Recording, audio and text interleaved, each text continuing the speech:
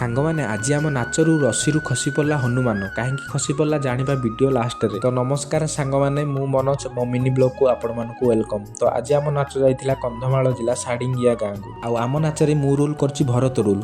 କିନ୍ତୁ ଏଇଠି ଗୋଟେ କମେଡ଼ିଆନ୍ ଆସିନଥିଲା, ତ ଫାଷ୍ଟ ମୁଁ କମେଡ଼ିଆନ୍ ରୋଲ୍ଟି କରିଥିଲି। ଆଉ କମେଡ଼ିଆନ୍ର ସବୁ ରୋଲ୍ ସାରିଦେଇ ମୁଁ ଆସିଯାଇଥିଲି ରୁମ୍କୁ। ଆଉ ରୁମ୍ରେ ମେଲୋଡ଼ି ଝିଅ ଥିଲେ ଟିକେ ମସ୍ତି କରିଦେଲି। ଆଉ ଗୋଟେ ଝିଅ କହିଲି, ନାନୀ କାହିଁକି ଟିକେ କହିଲ ହ୍ୟାଲୋ ଗାଇସ୍। ତ ସେଇ ଝିଅଟି କହିଦେଲା।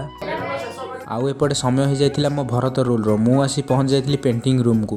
ଆଉ ମୁଁ ଭରତର ମେକଅପ୍ ନେଇ ପହଞ୍ଚି ଯାଇଥିଲି ଟ୍ରେଜ୍କୁ। କିନ୍ତୁ ଭରତର ସବୁ ରୋଲ୍ କରି ସାରିଦେଲି ସିନା, ଅଭିନୟ କରୁଥିବାର ଭିଡ଼ିଓ ଗୋଟେ ବି କରିପାରିଲିନି। ତ ମନ ବିସ୍ତାବରେ ଆସି ଶୋଇପଡ଼ିଲି। ଆଉ ଉଠି ଦେଖିଲା ବେଳକୁ ଆମ ହନୁ ମୁଣ୍ଡରେ ନଡ଼ିଆ ଭାଙ୍ଗି ଭାଙ୍ଗି ରସିରୁ ତଳକୁ ଖସୁଛି। କିନ୍ତୁ ହଠାତ୍ କିନା ଆମ ହନୁ ରସିରୁ ତଳେ ପଡ଼ିଗଲା। କାହିଁକି ନା ଏତେ ଗହଳିରେ ଜଣେ ଅଚିହ୍ନା ଲୋକ ଆମ ହନୁକୁ ନଡ଼ିଆଟିକୁ କ'ଣ ନାହିଁ କ'ଣ କରିକି ହାତକୁ ବଢ଼େଇ ଦେଲା। ଆଉ ଆମ ହନୁ ଲୋକଟିକୁ ନ ଚିହ୍ନି ପାରି ହାତରୁ ନଡ଼ିଆ ନେଇ ମୁଣ୍ଡରେ ଫଟେଇ ଦେଲା। ଆଉ ଆମ ହନୁ ସିଧା ରସିରୁ ତଳେ ପଡ଼ିଗଲା। ଆଉ ସେ ଲୋକଟି ତଡ଼େଇ ତଡ଼େଇ ସେ ଗହଳି ଭିତରେ ପଶିଗଲା। ଆଉ ସେ ଗାଁ ଲୋକକୁ ପଚାରି ବୁଝିଲୁ ଯେ ସେ ଲୋକଟି ସେ ଗାଁର ନୁହଁ। ଆଉ ଆମ ହନୁର ବେଶୀ କିଛି କ୍ଷତି ହେଇନଥିଲା। ତ ସେଇ କଥାକୁ ନେଇ ବେଶୀ ଯୁକ୍ତିଦ୍ୱାର ନ କରି ଆମେ ଧୀର ରହିଗଲୁ। ଆଉ ମୋ ମିନି ବ୍ଲଗ୍ଟି ଭଲ ଲାଗିଥିଲେ ଲାଇକ୍ ସେୟାର ନିହାତି କର। ଆଉ ଚ୍ୟାନେଲଟି ସବସ୍କ୍ରାଇବ୍ କରିବାରୁ ଜମାରୁ ଭୁଲିବେନି।